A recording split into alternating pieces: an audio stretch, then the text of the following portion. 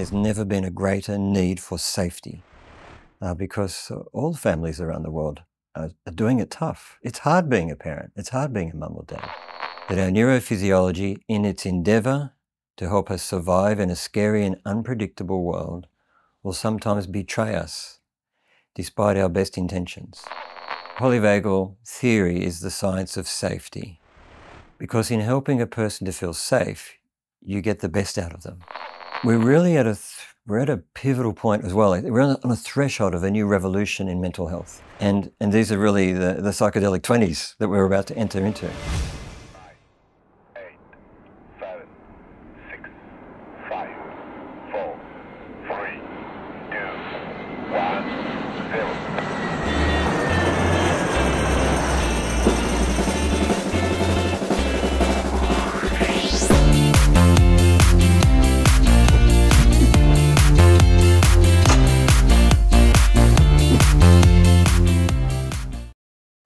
So I'm here in Potsdam for the Polyvagal Conference 2024, and I'm here with a very special guest who come from Australia, and I want you to meet Paul North.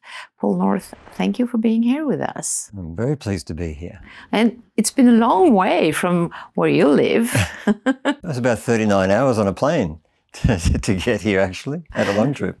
So I was very surprised to see you, and I'm really taking this opportunity to have a small conversation with you around what you've been doing around polyvagal theory, but your work, and also because it's very special because you're the author of a book for children around polyvagal theory, and it will be the first children book that Quantum Wave Publishing will be publishing.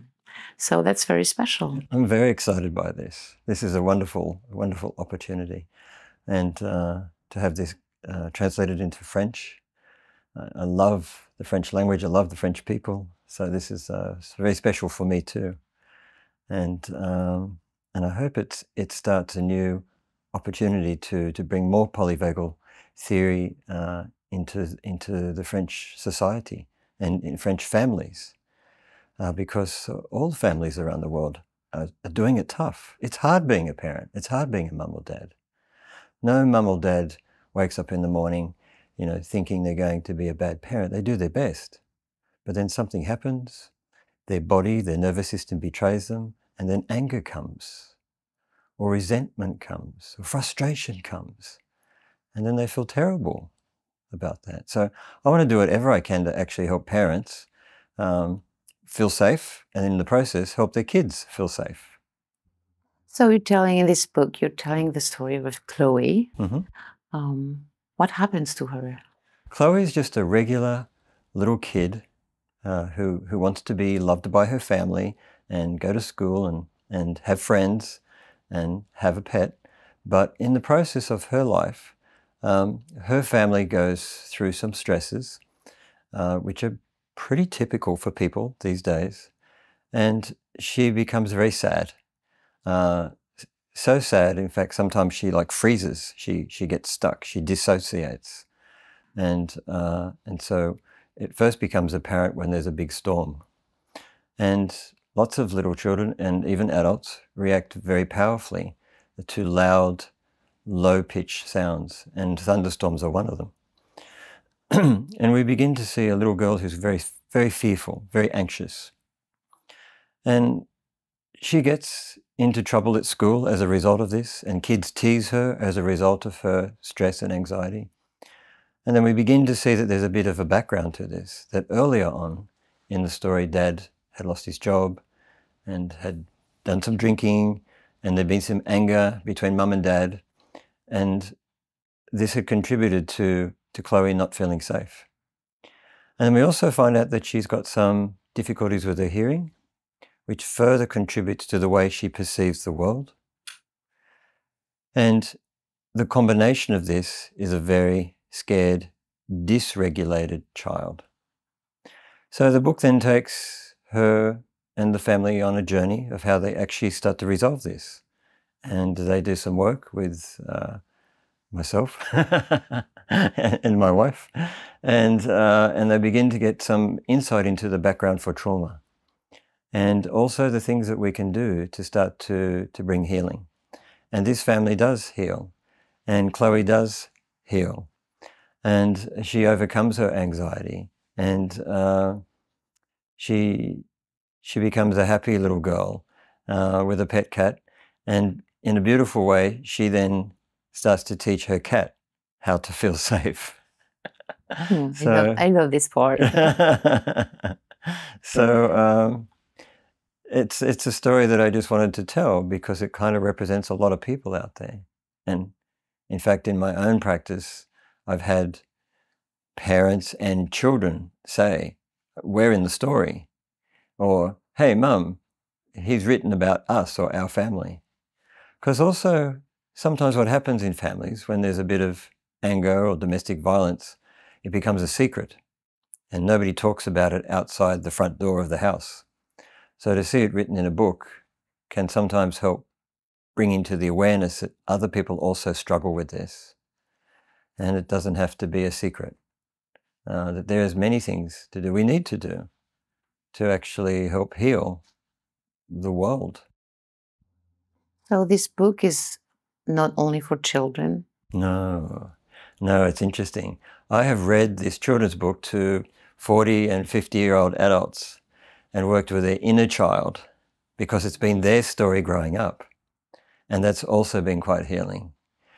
So I've actually found children, adolescents, and adults have all liked reading this book, or it's generated some therapeutic discussions and growth and insight as a result of the book. So yes, it's been quite interesting.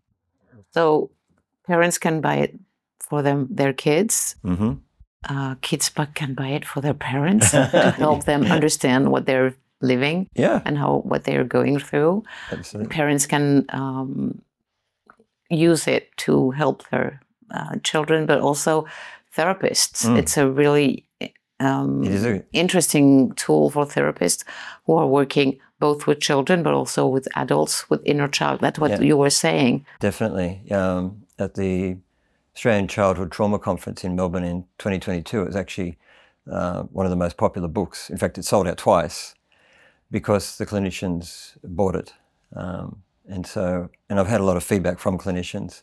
I had always wanted to get it into schools as well for the same reason, because teachers also are trying to be safe, trying to help their kids. They're also parents. They're also struggling. So it's got a lot of options as to who it can appeal to. And so you've written a little guide that people will be able to download. It will be in French. We're translating it also in French. And so they will, where you give advices on how we can use this book as an adult, as a parent, or as a psychologist or a psychotherapist. Yes, absolutely. Because there are different ways. You can just read it as a story, as a children's book. Each page is really dripping in polyvagal theory. So, for example, if there's a scene there where Chloe's dad is looking at her with compassion, and it took us a while to sort of get that look right, because that's a very special look. That's a very powerful look of safety. And that's the look that her dad uses when she's been scared by the storm. Okay? Because there's a very big difference if a child's been scared by a storm, if you say, don't be silly, that's just a storm, versus storms are scary, but you're okay. You know, I'm here now. And sometimes adults invalidate children by telling them that they're silly because of their worry. And all that does is increase the stress on the child. We want to always validate another person's lived experience and hold them in compassion if we want to convey cues of safety that will then facilitate healing. So we're talking a lot about polyvagal theory. How did you come into that, and why is it so important now in your work, but maybe more largely for the whole world? That's a long question. You can take. Oh, that could be a 2-hour lecture. Yeah. The one in the nutshell. I met Steve Poitras in 2011 in Sydney at a conference, watching him present some work.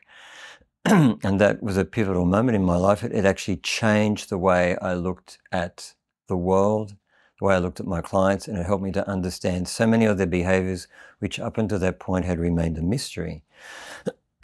So, in essence, polyvagal theory is the science of safety. It's about understanding that our neurophysiology, in its endeavor to help us survive in a scary and unpredictable world, will sometimes betray us, despite our best intentions. Nobody wakes up in the morning and says, today I want to have a panic attack, or today I want to become a drug addict, or today I want to get angry and slap my child. Nobody does this. People are trying to do their best, but something can trigger them. Something can help their neurophysiology to not feel safe, and the reaction that comes from that is something that they then have to take responsibility for, but in that moment it's not their fault. So if we begin to see the world through a lens of polyvagal theory, we get better at identifying cues of threat and cues of safety. And what we're trying to do is help increase the cues of safety, because in helping a person to feel safe, you get the best out of them. So, without getting into the neurophysiology of polyvagal theory, it helps everybody to understand how their body reacts from a moment-to-moment basis on the things that they encounter in their life and what they can do about that. And really, it's the most beautiful gift to the world. I think it's one of the most significant contributions to psychology and to mental health. And I think we're seeing that in the ripple effect, in the applications of polyvagal theory into modern psychology. Mm-hmm. And there's, maybe we can take the opportunity of this conversation to talk also about the work you're doing with psychedelics. I was really intrigued by that because, and many people talk about it, but the way you explain it and why it's maybe another big turning point for psychology. Yeah. What is your experience and what have you learned, or what do you want to say about that? So we're really at a pivotal point as well. We're on a threshold of a new revolution in mental health. We're at a brand new point in mental health, on the threshold of something quite remarkable. It's a revolution that's actually unfolding. And these are really the psychedelic 20s that we're about to enter into.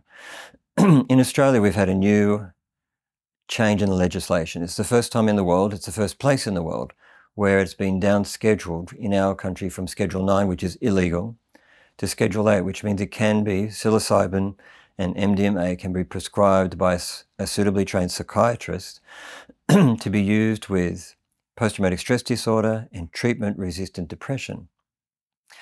And we've developed very specific protocols and very specific training courses. So I'm now trained as a psychedelic-assisted therapist, one of only the first 100 in the country. And we are beginning work in the next few months. Some of the first people have already been seen in Melbourne, which made the news. The beautiful gift that this actually gives people is to change their relationship and their perspective with their depression, with their trauma. It's not a cure. And yet, in as little as 2 therapeutic treatments, we see people's symptoms dissolve. And they're staying resolved for now 2 years since we've administered, which starts to set the framework of a cure. The whole world is watching Australia, because if we get this right, the other countries will come on. This is different to decriminalisation. This is acknowledgement by the therapeutic, medical, legal and government aspects of an entire country that this is a valid and useful tool for reducing suffering. It's an incredibly safe drug. This is the thing people don't understand. On the harm scale, the drug with the highest level of harm that injures the most people in the world is alcohol. Mm. Underneath that, crack cocaine and heroin. Few places down that, cigarettes. The drug with the lowest harm rate in the world, with a score of 6, is psilocybin. But in this upside down world that we live, Psilocybin is a mushroom. psilocybin is the magic mushroom. Yeah. Right? You would need 17 kilos of these tiny little mushrooms to kill you. It's impossible to eat. You can't die from psilocybin. So in this upside down world, I can go down the road and buy the most dangerous drug in a pub. Alcohol. But I can't get access to the safest drug in the world. People don't understand that psilocybin is the most studied drug in psychiatry, and all that work was done in the 50s. The most studied drug. We know so much about how it works. We're still learning, but we also know about how safe it is. To understand how it got to this situation is a political question that came out of the 70s with Nixon and the war on drugs. And a great disservice was done to humanity and the human collective consciousness in actually banning psychedelics.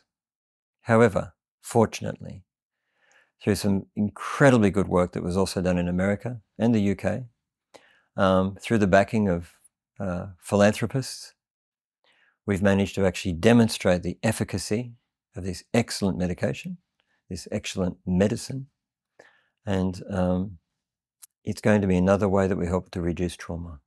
Very excited about it. And to help people understand, maybe it's not just that you take psilocybin or MDMA or ketamine, which are the three substances that are studied right now. It's also the environment in which you do Absolutely. it, because you don't do it by yourself. No. You're always with a psychedelic assisted therapy, 100%. a therapist. What is absolutely critical, and this sits in line with polyvagal theory, we have to create a safe space. Because what you want to do is actually allow the person to feel so safe, so held, that they have a very positive psychedelic experience. We don't actually ever say there's such a thing as a bad trip, because there's always learning in a trip. But I would concur that if you take some psilocybin and you're in the car park at McDonald's, this is not a good place to go and do a trip. No. And because then bad things do happen. And that would be completely irresponsible. So no, we have a very detailed protocol. 2 clinicians, 1 male, 1 female, will sit with the person during the actual trip. There's extensive preparation before the medication, screening work, preparation work, exploring the needs of the person. Following the trip, we do more integration work. And so, in actual fact, in the protocol, there is 2 doses of psilocybin, 2 weeks apart, starting with a smaller dose and then a larger dose, and support right the way through. And when you do it properly, you get very good results. Thank you for sharing that, because I know it's both exciting and scary. So yeah, it's just new in a way. But once you've actually spent some time in the field and you've seen some of the shifts and the changes, it's astounding, life-changing. It gives a lot of hope. Oh yeah, oh yeah, that's for sure. Except that it's not accessible to everyone, because it really costs a lot. Yeah. Yes, that's going to also improve over time, and we're working hard to do that. And in Australia, we've been able to secure the medication for a lot less than Big Pharma would like to charge for it. So we're very excited about that too. Because it should be made as cheap as possible, because to be frank, you can go and find some special mushrooms probably on the university lawn for free. So we want the medication to be as cheap as possible. Going back to polyvagal theory to really wrap up what we've talked about, why is polyvagal theory today so important, and why can't we have more people polyvagal informed? How can we do to, except doing what we are doing, talking in front of many people and trying to bring that to them? But what is the core of it? Why isn't it everywhere? And what would it be if everyone was polyvagal informed today? First of all, I want to say that the world's never been at a greater crisis point than it is right now. And we know that from the statistics. We know that paralleling with obesity and type 2 diabetes, mental health is tracking also in the same direction. And they actually are related.